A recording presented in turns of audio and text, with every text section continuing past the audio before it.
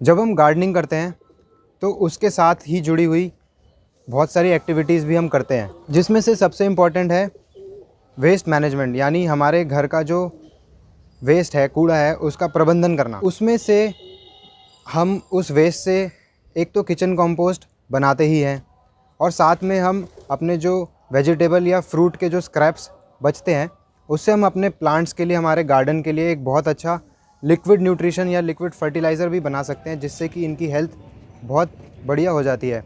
और इसको हम बायो एंजाइम्स भी बोलते हैं। बायो एंजाइम्स को या इस लिक्विड फर्टिलाइज़र को बनाना काफ़ी आसान है, और इसमें बहुत ही मिनिमम इंग्रेडिएंट्स यूज़ होते हैं। इसमें सिर्फ 3 इंग्रेडिएंट्स यूज़ होते हैं। ये जो दूसरे लिक्विड फर्टिलाइज़र होते हैं जिन्हें हम साल दर साल, साल के सभी महीने यूज़ नहीं कर सकते, ये उसकी तरह नहीं है, और इसको हम पूरे थ्रू आउट द ईयर कभी भी यूज़ कर सकते हैं।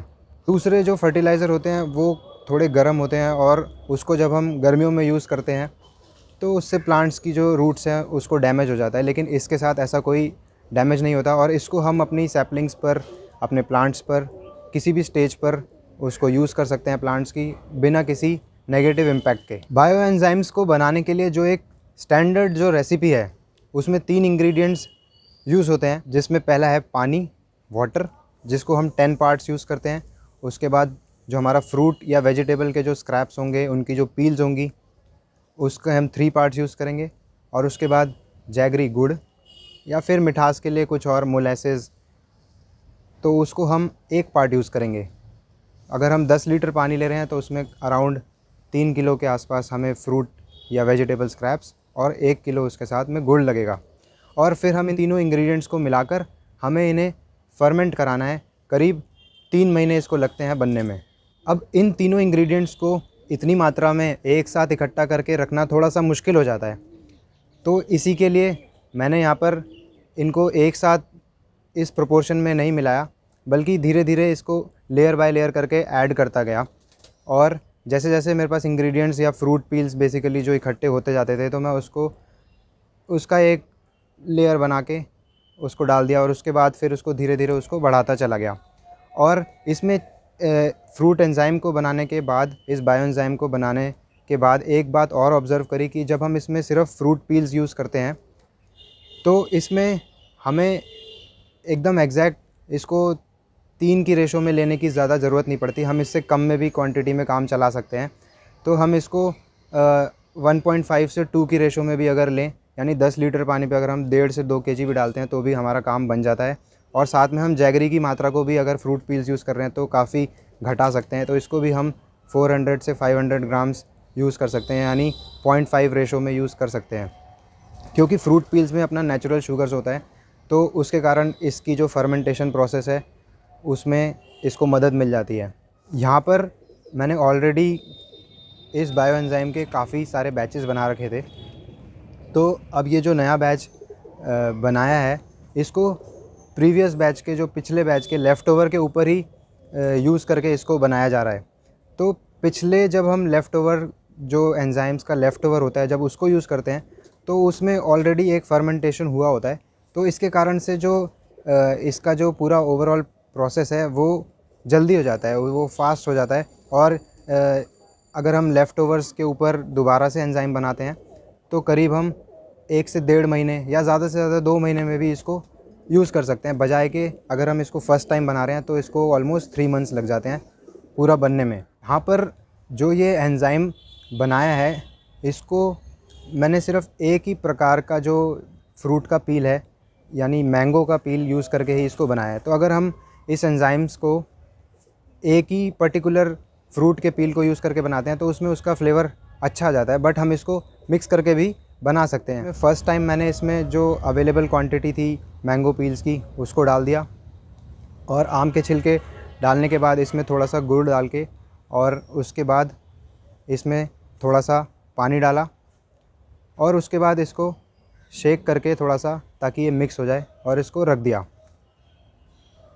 उसके बाद इसको सेकंड डे पर, इसको सेकंड टाइम इसमें एक और इसकी लेयर को इंग्रेडिएंट्स की ऐड किया गया, और फिर से मेरे पास जब मैंगो पील्स या आम के छिलके इकट्ठे हो गए तो इसमें अब मैंने इसमें दोबारा डाल दिया, और उसके साथ ही थोड़ा सा पानी और थोड़ा सा जैगरी डाल के इसको फिर से शेक करके बंद करके रख दिया।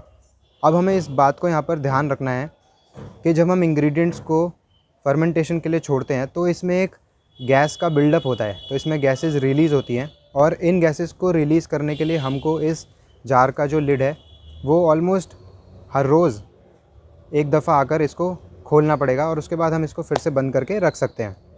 और इसको हमें फर्मेंट कराना है एक शेडी एरिया में। उसके बाद अब इसको थर्ड टाइम इसमें दोबारा इंग्रेडिएंट्स डाले जा रहे हैं। तो जैसे जैसे इंग्रेडिएंट्स अवेलेबल होते गए इसमें मैं इंग्रेडिएंट्स डालता चला गया और उसके बाद इसको बीच बीच में आकर हम शेक करके इसको मिक्स करके इसको फर्मेंटेशन के लिए रख सकते हैं। इस बायो एंजाइम को फर्मेंट होते हुए आज ऑलमोस्ट 2 महीने हो गए हैं और अब ये यूज़ करने के लिए पूरी तरह से रेडी है। वैसे तो अगर हमने इसको प्रीवियस बैच से बनाया तो ये 40 से 45 दिन में भी यूज़ करने के लिए रेडी हो जाता है। और इसको अब हम फ़िल्टर करेंगे और फ़िल्टर करने के बाद इसको हम 1:100 या 1:50 की रेशो में डाइल्यूट कर इसको हम पौधों में पानी देने के लिए या स्प्रे करने के लिए यूज़ कर सकते हैं। यानी 10 लीटर पानी में हम इसकी 100 ml की मात्रा को यूज़ करके मिक्स करके पौधों में यूज़ कर सकते हैं। और इसको बनाते हुए यहाँ पर मैंने एग्जैक्ट मेजरमेंट्स को फॉलो नहीं किया, बस एक स्टैंडर्ड मेजरमेंट्स को दिमाग में रखा और उसके बाद उसको रफली यहाँ पर यूज़ किया। एकदम एग्जैक्ट मेजरमेंट्स फॉलो नहीं करी और इसको इस 10 लीटर के जार में बनाया गया। हम इस बायो एंजाइम्स को प्लांट की ग्रोथ की किसी भी स्टेज पर यूज़ कर सकते हैं। हम इसको बड़े प्लांट्स में यूज़ कर सकते हैं, हम इसको छोटी सैपलिंग्स पे यूज़ कर सकते हैं।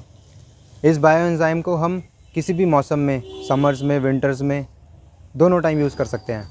और हम इस बायो एंजाइम को बनाने के लिए इसमें फ्रूट्स के साथ साथ वेजिटेबल के स्क्रैप्स भी आराम से मिला सकते हैं और बहुत सारे फ्रूट्स के, अलग अलग फ्रूट्स के पील्स को भी आराम से इसमें मिक्स कर सकते हैं। इसके बाद हम इसकी पेस्ट रिपेलेंट प्रॉपर्टीज़ बढ़ाने के लिए हमारे जो गार्डन होता है उसमें से हम जितने भी हर्बल प्लांट्स होते हैं उनकी लीव्स को, उनके पत्तों को भी इसमें मिला सकते हैं। हम इसमें एलोवेरा को मिला सकते हैं, हम इसमें नीम के पत्तों को मिला सकते हैं, साथ ही तुलसी के, गिलोय के, इन सब के पत्ते को अगर हम इसमें इस एंजाइम्स के साथ मिला दें तो इसकी एक पेस्ट रिपेलेंट प्रॉपर्टीज़ जो हैं वो एनहांस हो जाती हैं।